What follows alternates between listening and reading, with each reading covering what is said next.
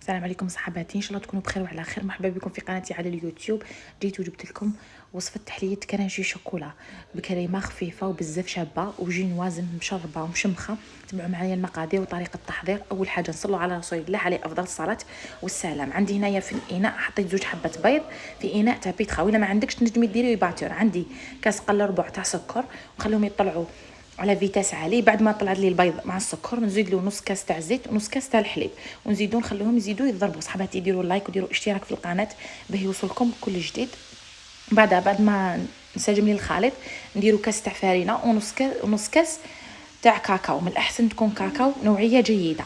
ومن بعد ما نسجم لي كامل الخليط وطلع لي هذاك البيض، نجيبو سنيوه تاعنا 30 على 20 ونوجدوها ونخلوها على جهه. وهنايا درت رشه تاع خماره وزدت ملعقه تاع فرينه ونفرغوها في سنيوه. ومن بعد نديروها طيب على 180 درجه لمده 10 دقائق. انا عندي في الاناء حطيت كريم فريش حوالي 100 غرام كريم فريش و100 غرام ماء، وحطيت 150 غرام كريم شونتي ودرتهم يطلعوا كما راكم تشوفوا صحاباتي. هنايا انا كنت نوزن فيها باه نوري لكم.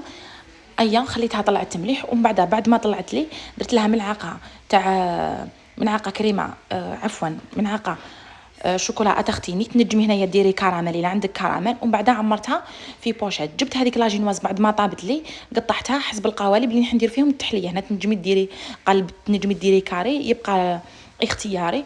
ومن بعد شربتها بالقهوه.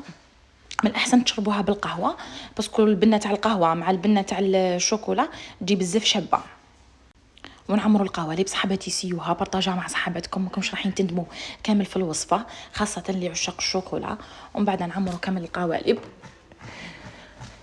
نكملوا كامل القوالب نديروا الشيكولا الذوب. ومن بعد نديروا لها شويه حليب كونديا مع شويه كريم فريش حوالي 200 غرام شوكولاته سوداء او شوكولاته بالحليب. من الاحسن تكون بالحليب تجي بزاف شابه مع الكوت تاع القهوه. ومن بعد نديروا لها حوالي 200 غرام فييتين. تنجمي هنا تحكمي في الفييتين حتى وتنجمي تحكمي في الحليب، ظهر لك تبغيها بزاف خفيفه، ظهر لك تبغيها ثقيله. ومن بعد نخلطوا. هذه هي اللي تعطينا الكريستيون.